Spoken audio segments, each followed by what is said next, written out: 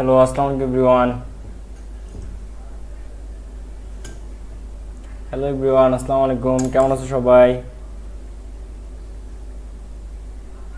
कैसे हैं सब लोग?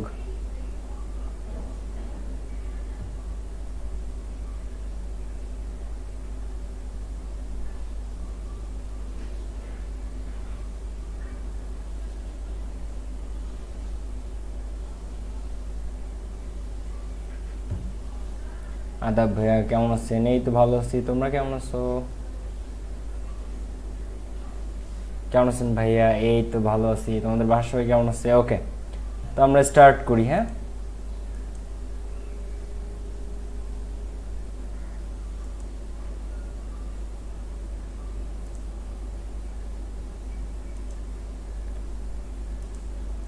ওকে। সো আমি তোমাদেরকে একটা হোমওয়ার্ক দিছিলাম, সেটা কি তোমরা করেছো? তোমাদেরকে বাড়ির কাজ দিছিলাম, সেটা তোমরা করছো? এই পিস অ্যান্ড মুভমেন্ট এই চ্যাপ্টার থেকে পেজ নাম্বার 126, 1 2 6।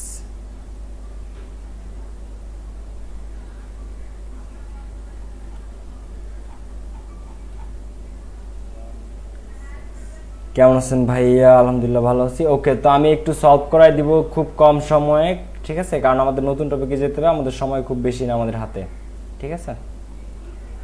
তো দেখো, যে জিনিসগুলা একটা আমাদের ছিল একটা উইথ ক্লুজ, তো এটা একটু আমরা সলভ করে ফেলি, ঠিক আছে? আর হচ্ছে কিছু শব্দ ছিল যেগুলার noun form, verb form, adjective form, adverb form যদি পাওয়া যায় তাহলে সেগুলো একটু করা। তো আচ্ছা, আমি বলি অ্যান্টাগনিজম। হ্যাঁ, তোমরা কি আচ্ছা, আমি এটা দিয়ে শুরু করি।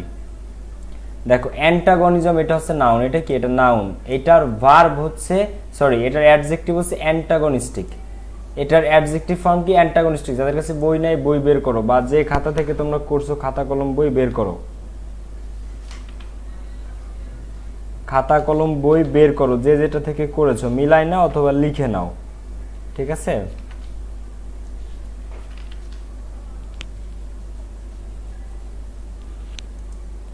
ওকে, করেছি ভাইয়া, আপনি একটু করাই দেন। ওকে, সো অ্যান্টাগনিজমটা কি? নাউন। এটার অ্যাডজেক্টিভ ফর্ম কি? অ্যান্টাগনিস্টিক। অ্যান্টাগনিস্টিক। আর এই অ্যান্টাগনিজম এর ভার্ব ফর্ম কি? অ্যান্টাগোনাইজ। অ্যান্টাগোনাইজ। হস্টাইলিটি, এটা নাউন। হস্টাইলিটিটা কি? এটা হচ্ছে নাউন। এটা নাউন, হস্টাইলিটি। এই পার্টেইন, এটা ভার্ব। এইটার নাউন হচ্ছে পার্টি, পার্টেইন, পার্টিনেন্স, ইম্পার্টিনেন্স, পার্টিনেন্ট, আরেকটা হচ্ছে যে, আচ্ছা দেখো তো, হস্টাইলিটি এটা কি? এটা নাউন। হস্টাইলিটিটা নাউন। আর এটার অ্যাডজেক্টিভ হচ্ছে হস্টাইল, জাস্ট হস্টাইল, TILE। এটা রিয়া কি? হস্টাইল। আচ্ছা, পার্টেইন, পার্টেইন এটার অ্যাডজেক্টিভ হচ্ছে পার্টিনেন্ট, পার্টিনেন্ট।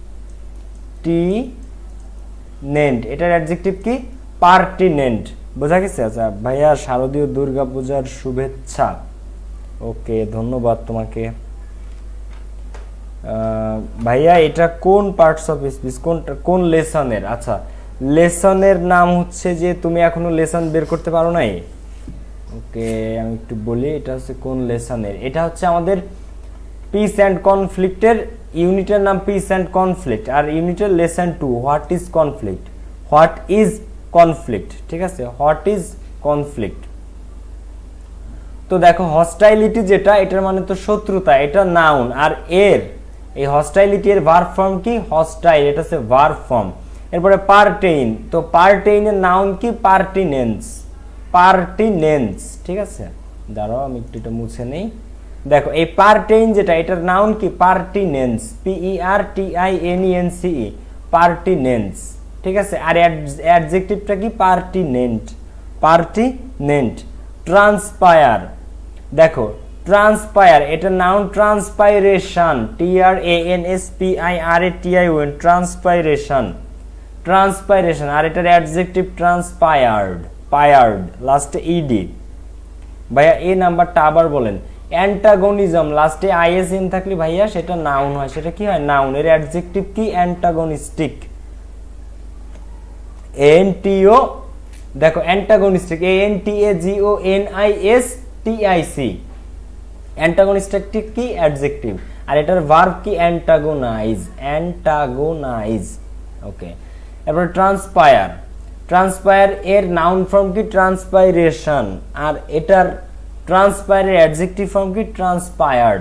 হারমোনিয়াস এটা অ্যাডজেক্টিভ, এটা কি অ্যাডজেক্টিভ, এটার নাউন কি হারমোনি, এটার নাউন কি হারমোনি, আর এটার ভার্ব কি হারমোনাইজ, হারমোনাইজ লাস্টে আইজেডি, হারমোনাইজ। ঠিক আছে, ম্যাক্সিমাইজ এটার অ্যাডজেক্টিভ কি ম্যাক্সিমাম, ম্যাক্সিমাইজটা ভার্ব, এটা কি ভার্ব কিন্তু এর অ্যাডজেক্টিভ কি ম্যাক্সিমাম। ইনকম্পেটিবল এটার নাউন হচ্ছে ইনকম্পেটিবিলিটি, ইনকম্পিটেবিলিটি, এই যে যেটা ইনকম্পিটেবল এটা হচ্ছে অ্যাডজেক্টিভ, এটার নাউন কি ইনকম্পেটিবিলিটি, BILITY। ঠিক আছে, আর এটার অ্যাডভার্ব ফর্ম হচ্ছে ইনকম্পিটেবলি, ইনকম্পিটেবলি মানে অযোগ্য, অক্ষম এই টাইপের। আর ডিসরাপ্ট এটা ভার্ব, এটার নাউন কি ডিসরাপশন, এটার অ্যাডজেক্টিভ কি ডিসরাপটিভ, নাউন কি ডিসরাপশন, এটার অ্যাডজেক্টিভ কি ডিসরাপটিভ। বুঝছো না বুঝো নাই?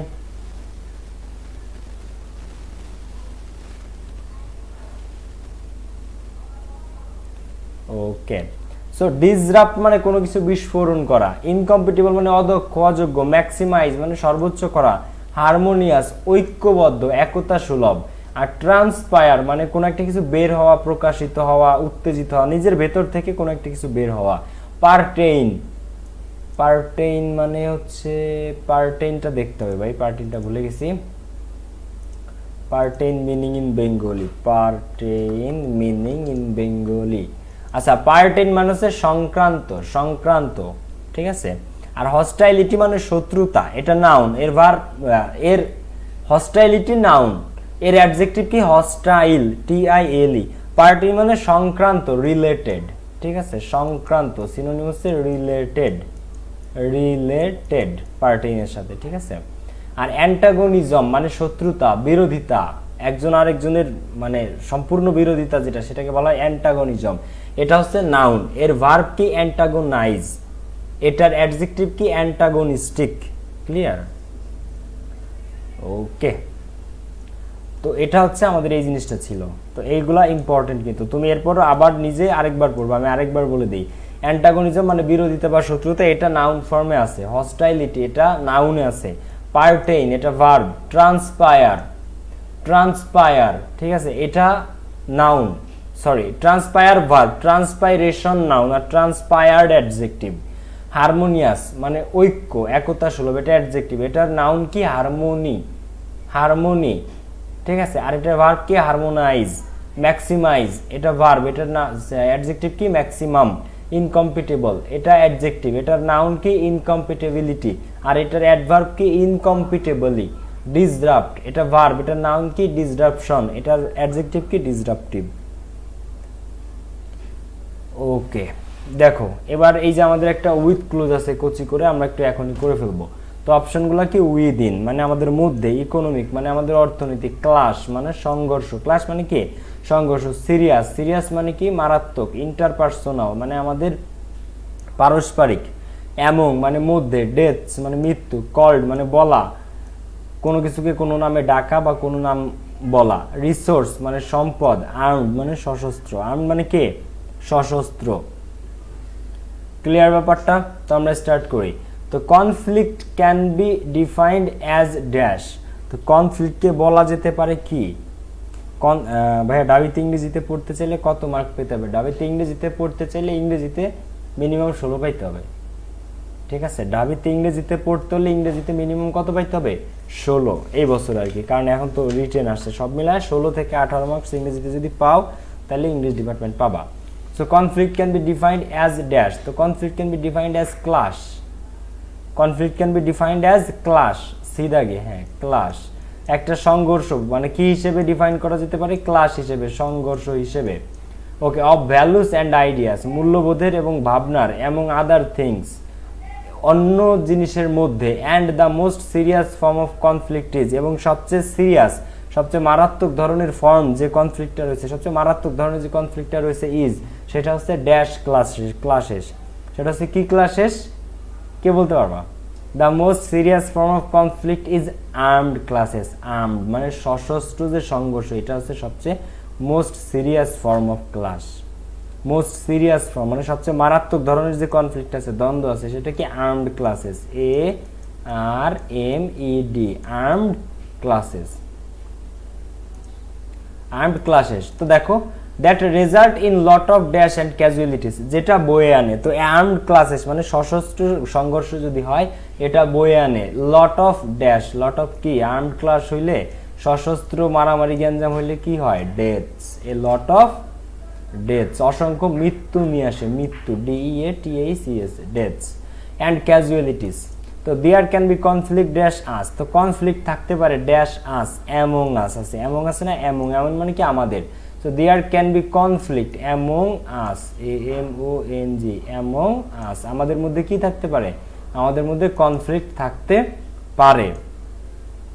তো দেখো which is dash intrapersonal conflict, তো there can be conflict among us, আমাদের মধ্যে কনফ্লিক্ট থাকতে পারে।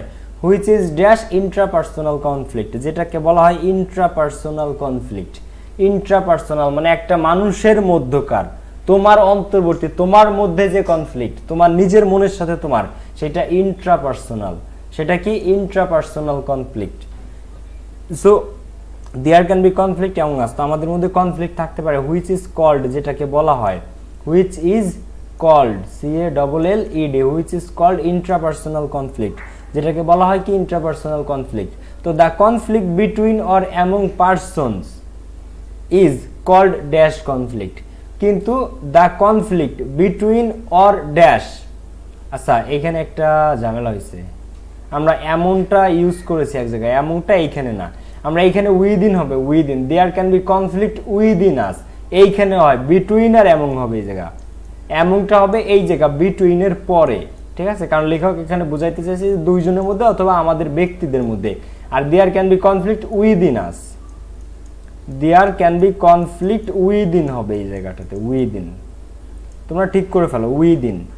দেয়ার can be conflict within us, which is called, যেটাকে বলা হয় intrapersonal conflict. Okay, so the conflicts between or among persons, তো এইখানে হবে অ্যামং, এই জায়গাটাতে হবে among persons is called dash conflict. তো দ্য কনফ্লিক্ট, যে কনফ্লিক্টটা বিটুইন অর অ্যামং, অর্থাৎ দুয়ের মধ্যে অথবা অ্যামং পারসনস, অনেক ব্যক্তিদের মধ্যে হয়, ইজ কল্ড, সেটাকে বলা হয় ইন্টারপার্সোনাল কনফ্লিক্ট। সেটাকে কি বলা হয়, ইন্টারপার্সোনাল কনফ্লিক্ট। ওই যে ওইটা বসবে এখানে, interpersonal conflict, interpersonal conflict. So constraints of dash resources is also a cause of conflict and it is known as dash conflict. তো constraint of dash sources, natural resources, natural প্রাকৃতিক সম্পদের যে constraint মানে এটার যে অভাব, প্রাকৃতিক সম্পদের যে সীমাবদ্ধতা, তো এটাও is a also a cause of conflict, এটাও কনফ্লিক্টেরই একটা কারণ। So constraints of dash natural resources, constraint মানে বাধা, কনস্ট্রেন্ট মানে বিপত্তি, কনস্ট্রেন্ট মানে এক ধরনের সীমাবদ্ধতা। তো এই কনস্ট্রেন্ট অফ ড্যাশ রিসোর্সেস, তো constraint of natural resources is also a cause of conflict, এটাও কি, এটাও হচ্ছে কনফ্লিক্টেরই একটা অংশ। And it is known as, এবং এটা কি নামে পরিচিত, it is known as dash conflict, it is known as কি কনফ্লিক্ট বলো। আমাদের দেশের প্রাকৃতিক সম্পদের সাথে ভারতের যদি প্রাকৃতিক সম্পদ নিয়ে লাগে, বা মায়ানমারের সাথে আমাদের সমুদ্র নিয়ে যে দ্বন্দ্ব ছিল, এই দ্বন্দ্বকে কি বলা হয়, বা মনে করো প্রাকৃতিক সম্পদ নিয়ে যে দ্বন্দ্ব, এটা কিসের মধ্যে পড়ে, এটা অর্থনৈতিক কনফ্লিক্টের মধ্যে পড়ে। কি কনফ্লিক্ট, অর্থনৈতিক। So known as economic conflict, কি, ইকোনমিক কনফ্লিক্ট, বোঝা গেছে। So conflict is a very dash phenomenon, তো conflict is a very dash phenomenon. বাকি আছে কোনটা আমাদের, বাকি আছে হচ্ছে conflict is a very dash phenomenon. তো উইদিন দিছি, ইকোনমিক দিছি, ক্লাস দিছি, সিরিয়াস দিছি, না সিরিয়াস আমরা এখনো, এই সিরিয়াসটা আমাদের হাতে আছে। আর হচ্ছে interpersonal, among, deaths, called, natural resource, armed. So conflict is a very dash phenomenon, conflict is a very within, economic, among, among কয়টা, ডেথস, ন্যাচারাল, কল্ড। আচ্ছা, তো এইখানে দেখো ন্যাচারাল, ন্যাচারাল আছে, একটা মিনিট, 1 2 3 4 5 6 7 8 9 10 11টা, 5, আচ্ছা 9 10 11টা। Conflict, constraint of natural resources is a also it is known as economic conflict. Conflict is a very dash phenomenon.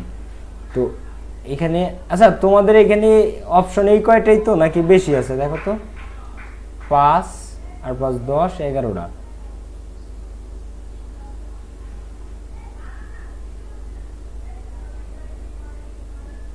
Common answer করতেছো তোমরা অনেকে, কমন তো নাই এইখানটাতে, এখানে তো কমন তো নাই, এখানে যথাযথ উত্তরটা নাই। এইখানে হবে conflict is a natural phenomenon, natural, ঠিক আছে। তো একটা জায়গায় এই ন্যাচারালটা তাহলে দুই জায়গায় বসতেছে, একটা হচ্ছে যে কনস্ট্রেন্ট অফ ন্যাচারাল রিসোর্সেস, আর একটা হচ্ছে যে conflict is a very natural, NATURAL, অথবা অটোমেটিক ফেনোমেনন। ন্যাচারাল ফেনোমেনন দেয়াই ভালো, but sometimes it take dash form, but sometimes it take serious forms, কিন্তু মাঝে মাঝে এটা খুবই খারাপ অবস্থা হয়ে যায়। সামটাইমস ইট টেক্স কি serious, SERIOUS, sometimes it took serious forms, sometimes মাঝে মাঝে ইট টেক্স এটা নেয় সিরিয়াস ফর্মস, বোঝা গেছে না? এইখানে রিসোর্স একটা অপশন আছে, কিন্তু এই রিসোর্স অপশনটা কোথাও বসবে না, এই রিসোর্স অপশনটা কোথাও বসবে না, এই রিসোর্স অ্যান্সারটা কোথাও বসবে না, রিসোর্সটা খাটে না কোথাও। ক্লিয়ার? এখানে শূন্যস্থানটা কিরকম হয়েছে আমি তোমাকে বলি, এই কনস্ট্রেন্ট অফ এইখানে হবে ন্যাচারাল, কিন্তু এইখানে দিবে শূন্যস্থান, এইখানে শূন্যস্থান হওয়া উচিত ছিল। আচ্ছা দাঁড়া আমি মুখ মুছে দেখাই পুরোটা, দেখো এই জায়গাটাতে, দেখো এই জায়গাটাতে এখানে দেওয়া উচিত ছিল ন্যাচারাল দিয়ে, এই রিসোর্সের এইখানে শূন্যস্থান দেওয়া উচিত ছিল, তাইলে এই রিসোর্সটা আমরা এখানে বসাইতে পারতাম। আর এই conflict is a natural phenomenon but sometimes it take serious forms, এখানে কি বসবে সিরিয়াস, বোঝা গেছে ব্যাপারটা? 11টাই আছে, কিন্তু এখানে এই রিসোর্স অপশনটা বাদ, এই রিসোর্স অপশনটা কোথাও খাটানো যাচ্ছে না, এটা বেখাপ্পা, এখানে কমন হবে অথবা অটোমেটিক হতে পারতো। ক্লিয়ার? ওকে, সো আমরা আমাদের নেক্সট প্যাসেজে যাব, বাট তার আগে হচ্ছে যে চলো আমরা আমাদের নেক্সট প্যাসেজে যাই, ইম্পর্টেন্ট প্যাসেজ।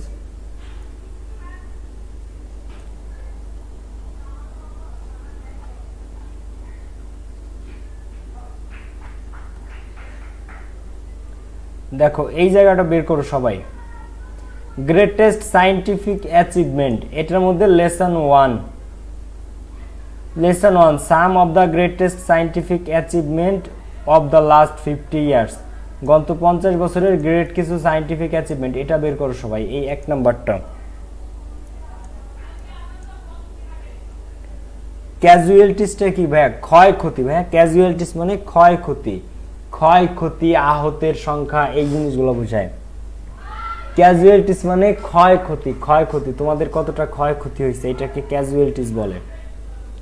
কম্প্রিহেনশন কি টেক্সট বুক থেকে আসবে? নসীন আক্তার কাকুন লিখছে কম্প্রিহেনশন কি টেক্সট বুক থেকে আসবে? না ভাইয়া, কম্পোজিশন টেক্সট বুক থেকে, সরি কম্প্রিহেনশন মানে প্যাসেজ টেক্সট বুক থেকে আসবে না, কিন্তু যে কোয়েশ্চেনগুলো হয় ওগুলা টেক্সট বুক থেকে আসবে, ঠিক আছে? Gap filling, synonym antonym, spelling, এই জিনিসগুলা। ক্লিয়ার?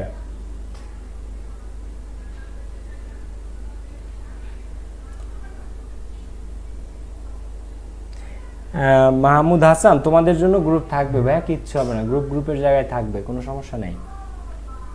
ওকে, তো গ্রেটেস্ট সায়েন্টিফিক অ্যাচিভমেন্টটা আমরা একটু বের করে ফেলি সবাই। তোমরা এই ক্লাসগুলো সারা জীবন থাকবে ভাই, এই ক্লাসগুলো কিচ্ছু হবে না, তোমরা সব সময় করতে পারবা। 17 পেজ বের করো সবাই, মাত্র 17 পেজ, চলে আসছে আমি 48 পেজে।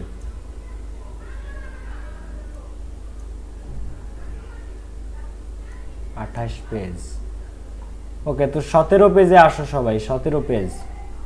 তো এইটা কি নিয়ে? Scientific achievement. তো গ্রেটেস্ট মানে মহোৎসব বৈজ্ঞানিক অর্জন, গ্রেটেস্ট সায়েন্টিফিক অ্যাচিভমেন্ট, মহোৎসব বৈজ্ঞানিক অর্জনগুলো, সো এটা নিয়ে আমরা পড়াশোনা করব। তো এই ইউনিটের lesson 1 some of the greatest scientific achievement of the last 50 years, গত 50 বছরের কিছু গ্রেটেস্ট, মহৎ কিছু, মহান কিছু বৈজ্ঞানিক আবিষ্কার বা অর্জন, অ্যাচিভমেন্ট।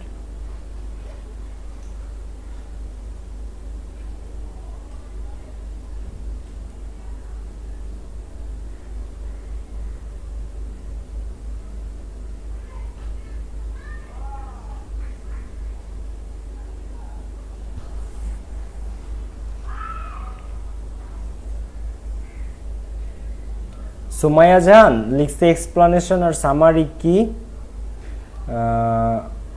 এক্সপ্লানেশন আর সামারি কি দুইটাই শেখা লাগবে? আপু সামারি শিখলে তুমি এক্সপ্লানেশনটা এমনি পারবা, যে কোনো একটা শিখলেই হয়, সামারি শিখলেই এক্সপ্লানেশন শেখা লাগে না, ঠিক আছে?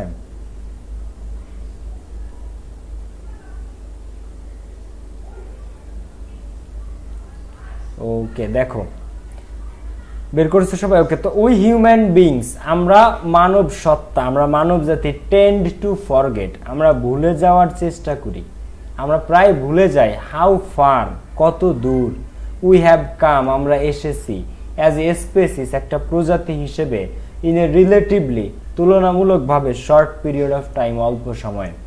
সো উই হিউম্যান বিংস, আমরা মানব জাতি, টেন্ডস টু ফরগেট, আমরা প্রায় ভুলে যাই যে আমরা কত দূর এসেছি একটা প্রজাতি হিসেবে। মানুষ কিন্তু একটা প্রজাতি, অনেকগুলা মাখলুকাতের মধ্যে মানুষও একটা মাখলুকাত, আশরাফুল মাখলুকাত, সবচেয়ে শ্রেষ্ঠ জীব আর কি। সো আমরা মাঝে মাঝে ভুলে যাই যে আমরা তুলনামূলক শর্ট টাইমে পৃথিবীটা আমরা কত উন্নত করেছি, আমরা মানুষ জাতি। So we human beings tend two forget, আমরা ভুলে যাওয়ার চেষ্টা করি। সো এখানে স্যাররা প্রশ্ন করতে পারে, এখানে এটা নিয়ে স্যাররা ফরগেট নিয়ে প্রশ্ন করতে পারে। স্পেসিস মানে কি? প্রজাতি। Relatively short period of time মানে তুলনামূলকভাবে কম সময়। So it was only in the 1870s when we had the first house that was lighted with electricity। এই তো সেদিনের 1870 সালের কথা, when, যখন, we had the first house, যখন আমরা পেয়েছিলাম প্রথম একটা বাড়ি, that was lighted with electricity, যেটাতে লাইট জ্বলতেছিল, যেটা আলোকিত হয়েছিল বিদ্যুতে। It was only in the 1870s মানে এই তো সেই দিনের 1870 সালের কথা। তো ইট ওয়াজ অনলি 1870s, এই যে শুধুমাত্র 1870 এর কথা, when, যখন, we had the first house, যখন আমরা প্রথম বাড়িটি পেয়েছিলাম, that was lighted with electricity, যেটা আলোকিত ছিল কিসে? বিদ্যুতে। ক্লিয়ার? ইলেকট্রিসিটিটা নাউন, লাইটেডটা verb. Cars just started to become available 100 years ago। Cars মানে গাড়ি অ্যাভেলেবল হওয়া শুরু করেছে এই 100 বছর আগে থেকে। Cars has started to become available, become একটা ভার্ব, অ্যাভেলেবল মানে সহজলভ্য, তো গাড়ি সহজলভ্য হয়েছে এই মাত্র 100 বছর আগে। Charles Lindbergh made the first transatlantic flight in 1927। তো চার্লস লিন্ডবার্গ প্রথম ট্রান্স আটলান্টিক ফ্লাইট যাত্রা করে বা ফ্লাইট স্টার্ট করে 1927 সালে। Television didn't become widely available until after World War two. So television didn't become widely available, television খুব বেশি available ছিল না until after World War two, সে দ্বিতীয় বিশ্বযুদ্ধ পর্যন্ত, মানে দ্বিতীয় বিশ্বযুদ্ধের পর পর্যন্ত টেলিভিশন খুব বেশি অ্যাভেলেবল ছিল না, কিন্তু পরবর্তীতে গিয়ে আস্তে আস্তে কি অ্যাভেলেবল হয়, মানে দ্বিতীয় বিশ্বযুদ্ধ যখন হয় সেই পর্যন্ত টেলিভিশন খুবই রেয়ার ছিল, কিন্তু পরবর্তীতে কি আস্তে আস্তে টেলিভিশন অ্যাভেলেবল হয়।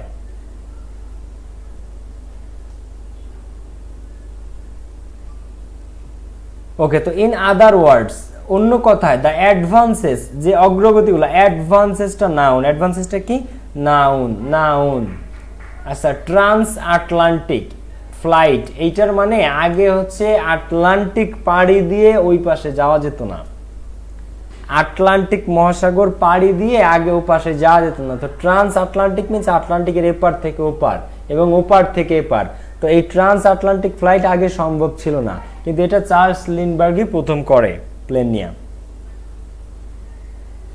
ট্রান্স আটলান্টিক মানে আগে আটলান্টিকে পাড়ি দেওয়া অসম্ভব ছিল মানব জাতির পক্ষে। ওকে, তো এরপরে দেখো দ্য অ্যাডভান্সেস, তো যে অগ্রগতিগুলা হিউম্যান কাইন্ড হ্যাজ মেড, মানব জাতি তৈরি করেছে, হিউম্যান কাইন্ড, হিউম্যান মানে মানব, কাইন্ড মানে জাতি, হিউম্যান কাইন্ড মানে মানব জাতি, হ্যাজ মেড তৈরি করেছে, in a relatively short period of time তুলনামূলকভাবে কম সময়, have become nothing short of extraordinary, এটা অসাধারণত্ব ছাড়া কিছুই না, মানে বাঙালি জাতি এত কম, বাঙালি জাতি বলছি, মানব জাতি এত কম সময়ের মধ্যে এই যে যে কাজগুলা করেছে শর্ট পিরিয়ড অফ টাইমে have been nothing short of extraordinary, এটা এক্সট্রাঅর্ডিনারি অসাধারণত্ব ছাড়া কিছুই না। তো পারহাপ জাস্ট অ্যাজ এক্সট্রাঅর্ডিনারি, তো সম্ভবত অসাধারণত্ব হিসেবেই is how we tend two simply adapt to this incredible changes.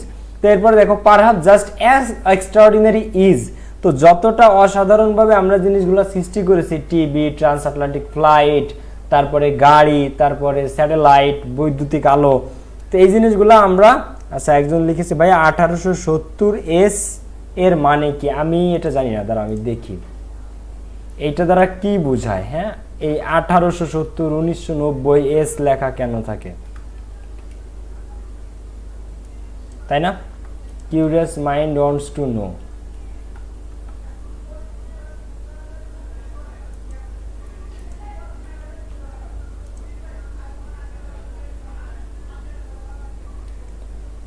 আচ্ছা 1870 বা যে কোনো সালের শেষে যদি এস থাকে তো এটার মানে হচ্ছে দশক বোঝায়, দশক। এস মানে 10 ইয়ার্স, ধরো 1870 মানে যেটা বোঝায় 1870 এর পরে যদি এস থাকে, ঠিক আছে, তাহলে এটা 1870 থেকে 1869 বোঝায়। ধরো 1990 এস মানে 90s, 90 এর দশকে, তাহলে 1990 এর পরে যদি এস থাকে তো এটার মানে বোঝায় 1990 থেকে 1999, মানে ওই 10 বছর, এটাকে এস বলে। তো এখানে এস এর কি মিনিং এ বুঝলাম না। ডি দিলে ঠিক আছে, ডি দিলে আমরা বুঝি যে ডিকেড মানে দশক, কিন্তু এস কেন দেয়? 1870 এর পরে যদি 1870 ডি দেয় তাহলেই তো বুঝলাম যে ডি, কিন্তু এখানে এস কেন দেয়? এটা না জানতে চাওয়া আমার অবুঝ মন। ওকে, তো এস মানে হচ্ছে একটা দশককে বোঝায়, 10 বছর গেছে, ঠিক আছে। ডি দিলে সহজে বুঝতাম আমরা, কিন্তু এস এর কিছু তো একটা আছে, দেখি আমি আবিষ্কার করে তোমাদেরকে জানাবানি, ঠিক আছে। কিন্তু কোথাও এস এর ইয়া পাই নাই, মানে মিনিং পাই নাই, সব জায়গায় শুধু ডিকেটই লেখা।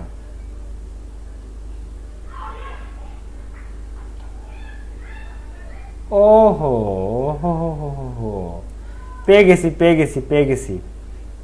না, এস মানে সেঞ্চুরি না, এস মানে সেঞ্চুরি না, আমি পেয়ে গেছি উত্তর, আমি উত্তরটা পেয়ে গেছি। বলি সেঞ্চুরিতে সি থাকে, সি। তোমরা যারা সেঞ্চুরি ভাবতেছ, সেঞ্চুরি মানে শতক, সেঞ্চুরি মানে 100 বছর, বুঝছো? আমি বলি হ্যাঁ, জান্নাতুল ফেরদৌস কাছাকাছি গেছে, আমি বইলা দেই জিনিসটা কি। এইটা আমি উত্তরটা মাত্র পাইলাম, সেটা কি? সেটা হচ্ছে ধরো 80s, একটু ফাঁকা স্পেস খুঁজতেছি। হ্যাঁ, মনে করো 1870 এস আছে, তাই না? তো 1870 এস কেন আছে, তো এটা এখন বুঝছি, আমি মাত্র পাইলাম কি। তাইলে এটা হচ্ছে, আমি একটু এটা লিখি ইংরেজিতে, তাইলে 18 EIGHTEN, মনে করো এটা 1870s, এবার তুমি 70s লেখো, SEVENTIES,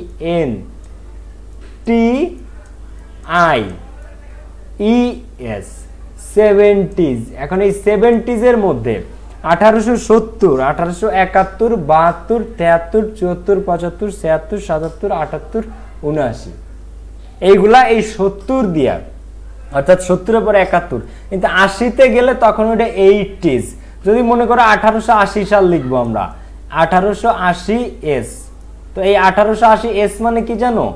এই মানে 18 দিয়ে, মানে 18 দিয়ে তারপরে হচ্ছে 1880, তার মানে 1880s, 1880s, EIGHTIES। তো 80s মানে 80-র যতগুলা সাল আছে, 70s মানে 70-র যতগুলা সাল আছে, 70s যতগুলা সাল বলতে 70 থেকে 79। আচ্ছা 1950 এর দশকে 1950s, 1950s, সো এই 1950s যেটা, এটা কি 50s, মানে 19 দিয়ে এরপরে FIFTIES, 1950s। তো 50 দিয়ে কয়টা সাল আছে? 50 থেকে 59 পর্যন্ত, মানে 1950 থেকে 1959 পর্যন্ত। তো এই যে 50s লাস্টে S, plural, 50s, 70s, 80s, তো এই প্লুরাল বোঝাইতে এই যে এসটা, অর্থাৎ 70s, 80s, 90s, 20s, টিজ। তো ক্লিয়ার? ওই জন্য লাস্টের থেকে এসটা আনা হয় প্লুরাল বুঝাইতে। ক্লিয়ার ব্যাপারটা? আমি কি বুঝাইতে পারলাম জিনিসটা তোমাদেরকে? এই কারণে লাস্টে এস থাকে। আমিও জানতাম না, আমি মাত্রই জানলাম। তো দেখো এখানে হচ্ছে পারহাপ জাস্ট অ্যাজ এক্সট্রাঅর্ডিনারি, কই আমরা ছিলাম ভাইরা? হ্যাঁ, তো দেখো পৃথিবী যেভাবে অসাধারণভাবে যে জিনিসগুলো রিলেটিভলি কম সময়ে আবিষ্কার করেছে, তো সেই জিনিসটা পারহাপস সম্ভবত just as extraordinary is, perhaps সম্ভবত অতটাই অসাধারণ, how we tend two simply adapt, যতটা সহজভাবে আমরা এই জিনিসটাকে অ্যাডাপ্ট করে নিই, খাপ খাইয়ে নেই, টু দিস ইনক্রেডিবল চেঞ্জেস, এই অবিশ্বাস্য পরিবর্তনগুলোর সাথে, not realising how completely our world has been altered, না বুঝেই যে আমাদের পৃথিবীটা কত দ্রুত পরিবর্তিত হয়ে গেছে in a short span of time, কত অল্প সময়ে। আমি আগে বাংলায় বুঝাই দিই, লাইনটা একটু বড় সেন্টেন্স, তোমরা বুঝবা না। সেটা হচ্ছে যে পৃথিবীতে যত দ্রুত অসাধারণ সব আবিষ্কার আসতেছে, পৃথিবীর মানুষটাও ঠিক ওই সেম পরিমাণ অসাধারণ ভাবে ওই জিনিসটার সাথে তত দ্রুত খাপ খাইয়ে নিচ্ছে। বোঝা গেছে? লেখক এখানে বলার ট্রাই করছে যে পৃথিবীতে যেভাবে নতুন নতুন আবিষ্কার আসতেছে, মানুষও ঠিক ওই অসাধারণ ভাবে, আবিষ্কারগুলো যতটা অসাধারণ, মানুষও ঠিক ততটা অসাধারণ ভাবে খাপ খাইয়ে নিচ্ছে এই ইনক্রেডিবল চেঞ্জেস গুলোর সাথে, এই অবিশ্বাস্য পরিবর্তনগুলোর সাথে। করোনা যখন আসে গত বছর মার্চ মাসে, অনেকে বলে 5 বছরের মধ্যে ঠিক হবে না, অনেকে বলে 20 বছরের মধ্যে ঠিক হবে না। ভ্যাকসিন চলে আসছে, এখন কি আবার সব মোটামুটি ঠিকঠাক। পৃথিবীটা এখন 70%, 75%ই আমাদের দেশটা এখন স্বাভাবিক।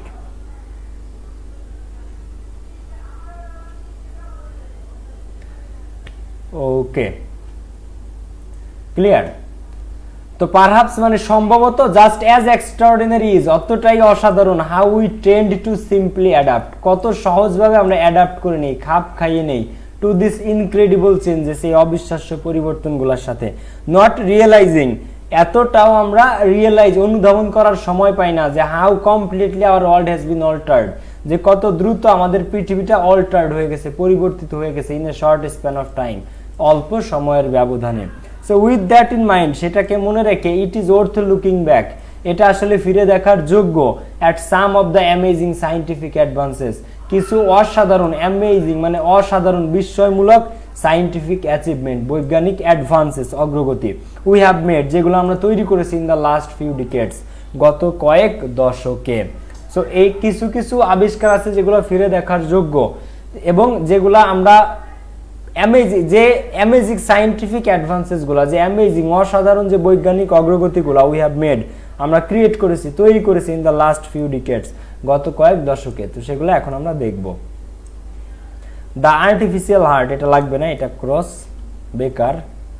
সেলফোনস লাগবে না। এরপরে আছে পার্সোনাল কম্পিউটার, এটা লাগবে, সেটা দাগাও।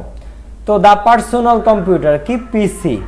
The personal computer PC today, বর্তমানে, উই টেক ফর গ্রান্টেড, আমরা ধরেই নিয়েছি, দ্যাট যে, উই হ্যাভ ওয়ান মেশিন, আমাদের একটা মেশিন আছে, দ্যাট অ্যালাউস আস, যেটা আমাদেরকে করতে দেয়, টু অ্যাক্সেস দ্য ইন্টারনেট, মানে ইন্টারনেটে প্রবেশ অধিকার, ইন্টারনেটে প্রবেশ করার সুযোগ দেয়, অর্থ মিন্স যোগ্য, অর্থ মিন্স যোগ্য।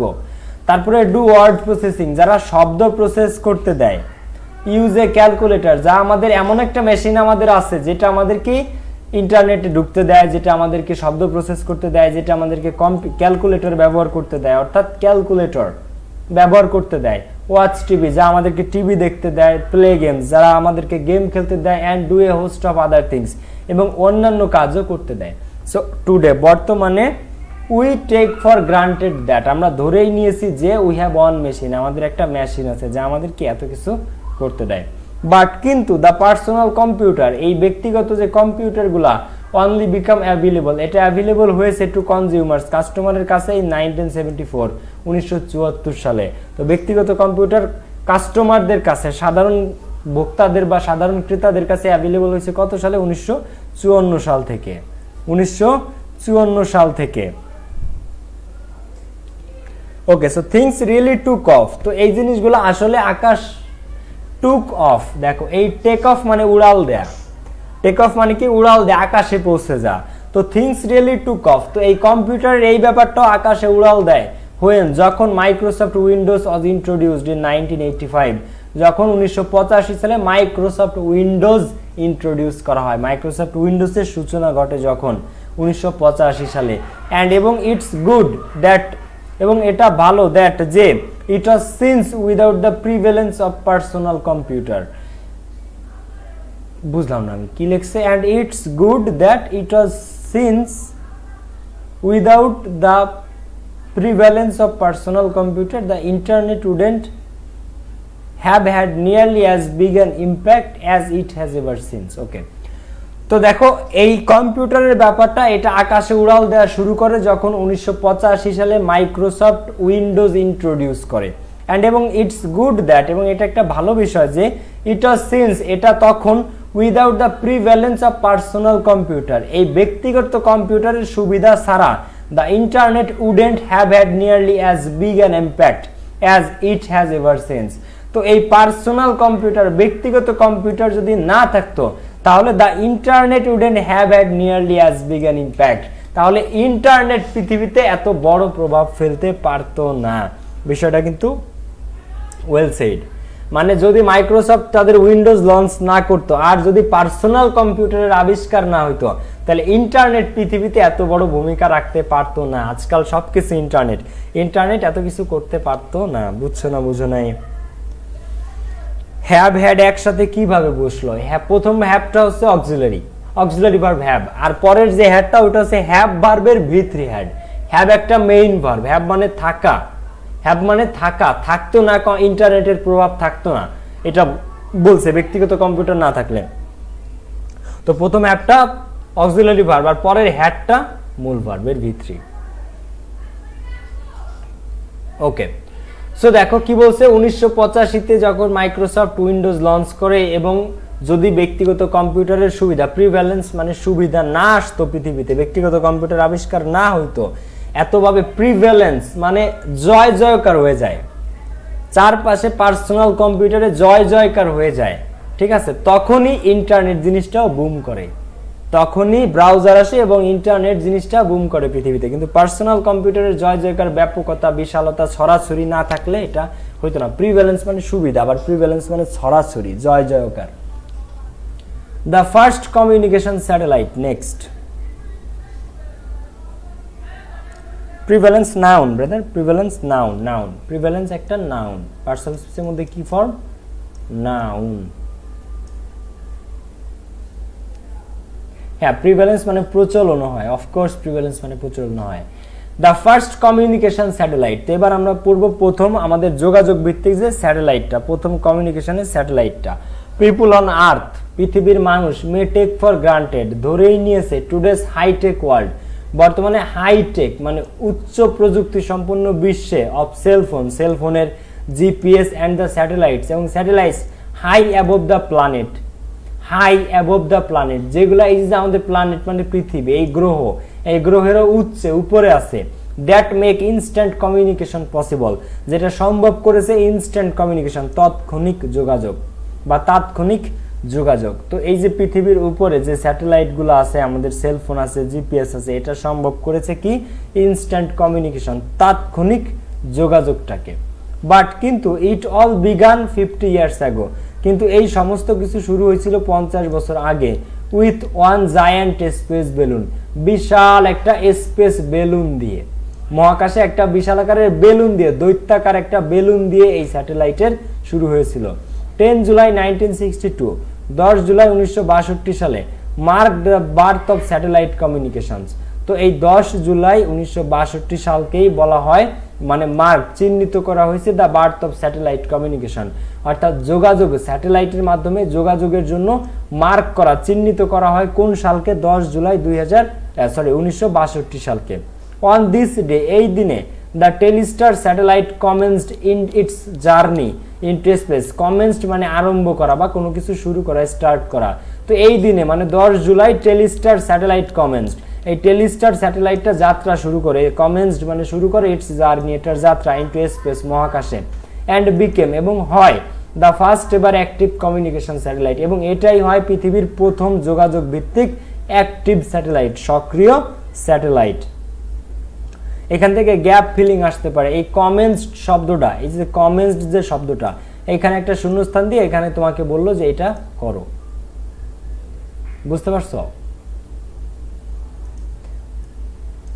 এখানে কমেন্সড শব্দটা মুছে দিয়ে তোমাকে বললো যে এখানে উত্তর কি হবে, তো এটা কমেন্সড, ঠিক আছে? এই টাইপের কোয়েশ্চেন হয়।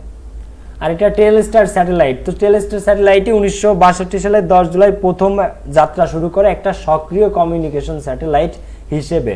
তো it carried the first live transatlantic TV broadcast. তো এটা ক্যারিড, এটা সম্পন্ন করেছিল বা বহন করেছিল the first live transatlantic TV broadcast, first প্রথম লাইভ সরাসরি ট্রান্স আটলান্টিক টেলিভিশন সম্প্রচার, ট্রান্স আটলান্টিক টিভি সম্প্রচার করেছিল, এইটাই প্রথম, এই টেলিস্টার স্যাটেলাইট। তাই এখান থেকে কি এমসিকিউ আসতে পারে না? এখান থেকে এমসিকিউ এর কোনো চান্সই নাই, আইদার স্পেলিং অথবা গ্যাপ ফিলিং, স্পেলিং অথবা কি গ্যাপ ফিলিং। ভাইয়া এটার বদলে আমরা যদি স্টার্টেড দিই তাহলে কি হবে? অপশনে যদি কমেন্ট থাকে কমেন্সড, তাহলে তোমরা কমেন্সডই দিবা, কমেন্স মানে যাত্রা করা, আর যদি বলে সিনোনিম তাহলে স্টার্টেড দিবা অথবা বিগান। তো দেখো, Telstar was built by a team at Bell Telephone Laboratories in USA. তো টেলিস্টারের যে স্যাটেলাইটটা ওটা বানানো হয়েছিল একটা টিমের দ্বারা, কোথায়? বেল টেলিফোন ল্যাবরেটরিজে ইন ইউএসএ, ইউএসএ এর বেল টেলিফোন ল্যাবরেটরিজে বানানো হয়েছিল। And incorporated many innovations such as the transistor and the 3600 solar panels that powered the satellite। তো ওই সময় ইনকর্পোরেটেড মেনি ইনোভেশনস, তো এটার সাথে সংযুক্ত করা হয়েছিল আরো অনেক মানে উদ্ভাবন ওই স্যাটেলাইটের সাথে। এই বেল টেলিফোন ল্যাবরেটরিজ ইউএসএ তে, আমেরিকাতে, এটার সাথে ইনকর্পোরেটেড যুক্ত হয়েছিল আরো অনেকগুলা ইনোভেশন, উদ্ভাবন, সাচ অ্যাজ যেমন দ্য ট্রানজিস্টর, ট্রানজিস্টরের আবিষ্কারও হয় এই বেল টেলিফোন ল্যাবরেটরিজে, এবং কি 3600 সোলার প্যানেল, 3600 সোলার প্যানেল আবিষ্কৃত হয়, দ্যাট পাওয়ার দ্য স্যাটেলাইট, যেটা ক্ষমতা জুগিয়েছিল, পাওয়ার দিয়েছিল, শক্তি দিয়েছিল ওই স্যাটেলাইটটাতে। তো টেলস্টার প্রডিউসড 40 ওয়াটস, তো টেলস্টার প্রডিউস করতে, উৎপন্ন করতে 14 watt, and relayed its first and non public television pictures on 11 July 1962। এবং এটা এই যে 14 ওয়াট প্রডিউস করতে পারতো, আর relayed its first and non public television pictures, relay বুঝো, রিলে সম্প্রচার করলো, ইটস ফার্স্ট এটার প্রথম, and non public television pictures, non public মানে সাধারণ পাবলিকের জন্য না এমন টেলিভিশন পিকচার্স স্টার্ট করে 11 জুলাই 1962, 1962 সালের 11 জুলাই। তো the satellite could carry 600 voice call, তো ওই সময় স্যাটেলাইটটা 600 ভয়েস কল ক্যারি করতে পারতো, বহন করতে পারতো, সম্পন্ন করতে পারতো। অ্যান্ড এবং 1 black and white TV channel, এবং একটা সাদা কালো TV channel, from an egg shaped orbit, ডিমের মতো আকৃতির একটা কক্ষপথ থেকে এটা তখন 600-র মতো ভয়েস কল নিতে পারতো, এবং একটা মাত্র টিভি, সাদা কালো একটা মাত্র টিভি চ্যানেল সে সম্প্রচার করতে পারতো। টুডে বর্তমানে we use satellites for GPS, বর্তমানে আমরা স্যাটেলাইট ব্যবহার করি জিপিএস এর ক্ষেত্রে, টেলিভিশনের ক্ষেত্রে, রেডিওর ক্ষেত্রে, ওয়েদার ট্র্যাকিং, আবহাওয়া পর্যবেক্ষণের ক্ষেত্রে, মিলিটারি সার্ভাইলেন্স, মিলিটারি রক্ষণাবেক্ষণের ক্ষেত্রে, স্পেস এক্সপ্লোরেশন, মহাকাশ আবিষ্কারের ক্ষেত্রে, অ্যান্ড গ্লোবাল কমিউনিকেশন, বৈশ্বিক যোগাযোগের ক্ষেত্রে, এবং আদার থিংস, এবং অন্যান্য জিনিসও রয়েছে। সো স্পেস এক্সপ্লোরেশন, এক্সপ্লোর মানে আবিষ্কার করা, মহাকাশ আবিষ্কারের ক্ষেত্রে, ওয়েদার ট্র্যাকিং মানে আবহাওয়া পর্যবেক্ষণের ক্ষেত্রে, মিলিটারি সার্ভাইলেন্স, মিলিটারি মানে সামরিক কার্যক্রমের রক্ষণাবেক্ষণে বা সামরিক পরিদর্শনে বা পর্যবেক্ষণে, এরপরে স্পেস এক্সপ্লোরেশন মহাকাশ আবিষ্কার, অ্যান্ড গ্লোবাল কমিউনিকেশন এবং বৈশ্বিক যোগাযোগের ক্ষেত্রে। দ্য মুন ল্যান্ডিং, এটা কি চাঁদে অবতরণ, এটাও লাগবে। মুন ল্যান্ডিংটা কি চাঁদে অবতরণ, এটাও আমাদের লাগবে। মুন ল্যান্ডিং পৃথিবীতে প্রথম, পৃথিবীর প্রথম ব্যক্তি যিনি চাঁদে অবতরণ করেন তার নাম কি? তার নাম কি বলো?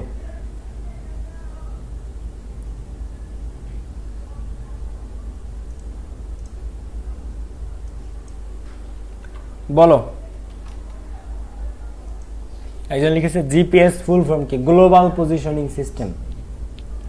জিপিএস এর full form global positioning system. Global positioning system মানে বৈশ্বিকভাবে তোমার অবস্থানটা কোথায়, global positioning system, GPS tracking. Neil Armstrong এর নাম আমরা সবাই জানি, রাইট? কিন্তু তোমরা কি জানো আমেরিকারই 40% নাকি 70% মানুষই বিশ্বাস করে না যে নীল আর্মস্ট্রং চাঁদে গেছিল, এটা কি জানো? তুমি আমি হয়তো তুমি বিশ্বাস করো যে নীল আর্মস্ট্রং চাঁদে গেছিল বা চাঁদে যাওয়া সম্ভব, পসিবল, কিন্তু নীল আর্মস্ট্রং আমেরিকান ছিলেন, আমেরিকা থেকেই তাকে পাঠানো হয়েছিল, কিন্তু সেই আমেরিকারই 70% মানুষ নাকি বিলিভ করে না যে নীল আর্মস্ট্রং চাঁদে গেছিল। আচ্ছা আমি এক্সাক্ট বলতেছি কত পার্সেন্ট, দ্বারা আমি পড়েছিলাম যে 70%। How many percent of people don't believe about Neil Armstrong moon landing, Neil Armstrong moon landing. Okay, দিলাম সার্চ।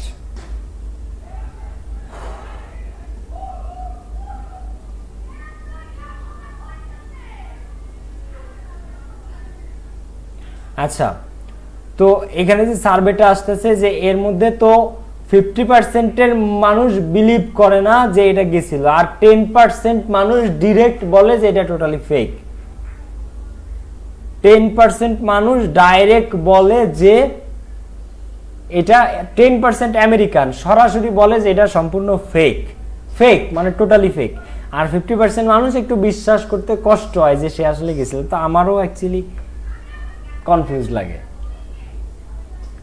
আর একজন বলতেছে আমি তো চাঁদে জমি কিনা ফেলছি। ওকে,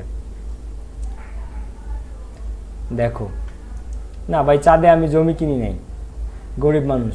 ফর থাউজেন্ডস অফ ইয়ার্স, হাজার হাজার বছর ধরে হিউম্যান বিংস, মানব জাতি, had looked to the heavens, মানুষ তাকিয়েছিল জান্নাতের দিকে, and dreamed of walking the moon, এবং সে স্বপ্ন দেখেছিল চাঁদে হাঁটার। হেভেন্স মানে স্বর্গ, জান্নাত, অ্যান্ড ড্রিমড অফ এবং স্বপ্ন দেখেছিল, ওয়াকিং অন দ্য মুন হাঁটার, কোথায় হাঁটার? চাঁদে। কোথায় হাঁটার? চাঁদে হাঁটার স্বপ্ন দেখেছিল তারা। গাইস একটু ওয়েট, আমি একটু রিফ্রেশ মারতেছি, আমি একটু রিফ্রেশ মারলাম। আমরা 17 পেজে পড়তেছিলাম। 17 পেজ কোথায় তুমি ভাইয়া? ওকে ওকে, তো dreamed of walking on the moon, তো মানুষ স্বপ্ন দেখতেছিল হাজার হাজার বছর ধরে যে তারা চাঁদে হাঁটবে। এই তো কি হলো ফাইনালি ইন 1969 সালে, as part of the Apollo 11 mission, Apollo 11 মিশনের অংশ হিসেবে nail Armstrong became the first person, nail Armstrong হয়ে যায় প্রথম ব্যক্তি টু অ্যাকমপ্লিশ দ্য ড্রিম, যে এই স্বপ্নটা সম্পন্ন করে। অ্যাকমপ্লিশ মানে কি? সম্পন্ন করা। তো অ্যাপোলো 11 মিশনের মানে আমেরিকার অ্যাপোলো 11 মিশনের অংশ হিসেবে নীল আর্মস্ট্রং প্রথম ব্যক্তি যে চাঁদে হাঁটার স্বপ্নটাকে সম্পন্ন করে। এই যে তোমরা যাকে দেখতে পারছো, অনেকে বলে এটা নাকি সাহারা মরুভূমির বুকে একটা শুটিং, অনেকে বলে এটা নাকি নাসার জাস্ট একটা শুটিং, বুঝতে পারছো? আর এটার বিরুদ্ধে অনেকে যুক্তিও দেখায় যে এটা নাকি জাস্ট একটা shooting.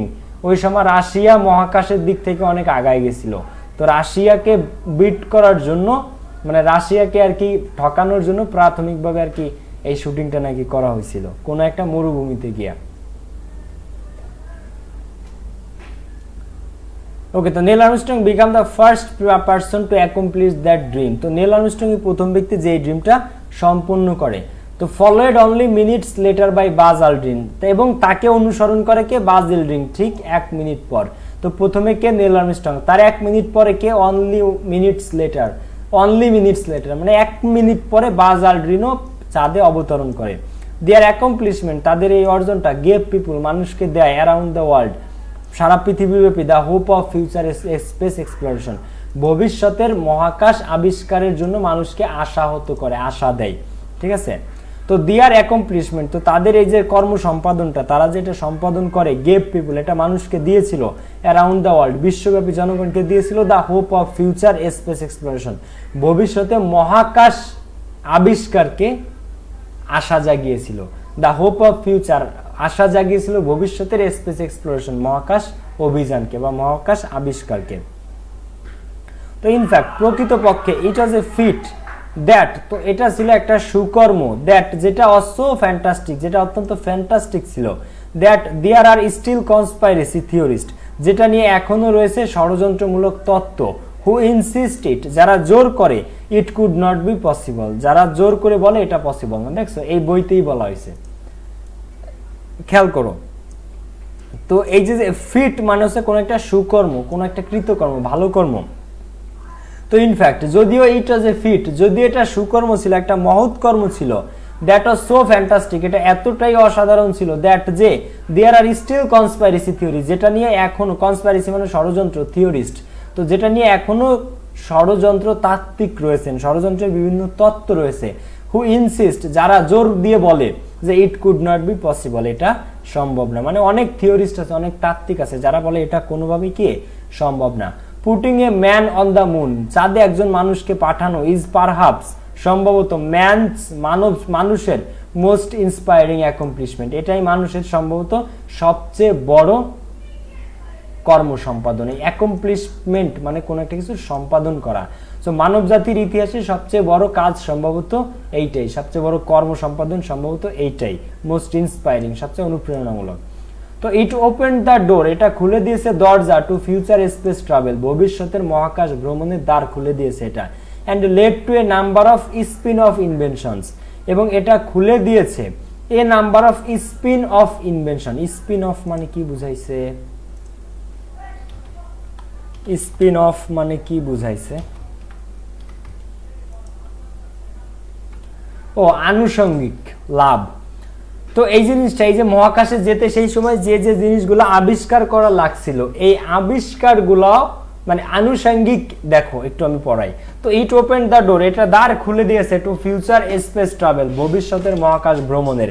And led to a number of spin off inventions, এবং এটা লেড টু নেতৃত্ব দিয়েছিল a number of spin off inventions, আরো অনেকগুলো আনুষঙ্গিক উদ্ভাবনে নেতৃত্ব দিয়েছিল, আরো অনেকগুলো আনুষঙ্গিক উদ্ভাবনে। এই স্পিন অফ মানে আনুষঙ্গিক, এখানে দিতে পারতো রেলেভেন্ট, ইনভেনশন মানে প্রাসঙ্গিক বা আনুষঙ্গিক, আরো অনেকগুলা জিনিস এই একই সময় আবিষ্কার হয় যেটা চাঁদে যাওয়ার জন্য লাগতো। তো কি কি আমরা পাবো এখনই? তো ইনক্লুডিং, যেটার মধ্যে ছিল ফ্লেম রেজিস্ট্যান্ট টেক্সটাইল, তো এটার মধ্যে ছিল ফ্লেম রেজিস্ট্যান্ট অর্থাৎ ফুলকি রোধক, আগুন রোধক, অগ্নি নির্বাপক টেক্সটাইল, পোশাক, এমন পোশাক ছিল যাতে আগুন ধরবে না, ইউজড বাই ফায়ার ফাইটার, যেটা বর্তমানে অগ্নিযোদ্ধারা, অগ্নি নির্বাপক কর্মীরা ব্যবহার করে। এরপরে ইনভিজিবল ব্রেসেস, এরপরে এমন দড়ি যেটা অদৃশ্যমান, ইনভিজিবল ব্রেসেস, এমন দড়ি ছিল যেটা কি ব্রেসেস ইনভিজিবল, ভিজিবল মানে দৃশ্যমান আর ইনভিজিবল মানে অদৃশ্যমান।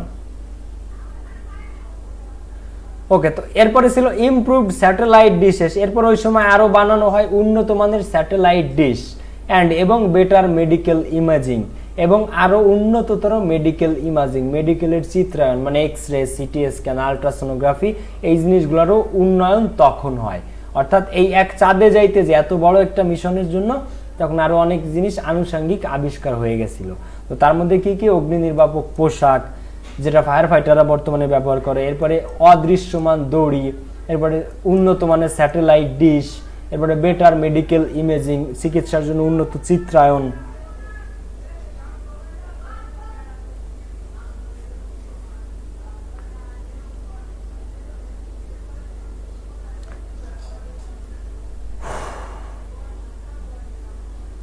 ওকে, ফায়ার ফাইটার্স মানে হচ্ছে এদেরকে বলা হয় দমকল কর্মী অথবা অগ্নি নির্বাপক কর্মী অথবা অগ্নি যোদ্ধা বলতে আর কি, যেটা মিনস আর কি মানে আগুনের বিরুদ্ধে যারা যুদ্ধ করে, ঠিক আছে, মানে আগুন নেভানোর কাজে দমকল কর্মী।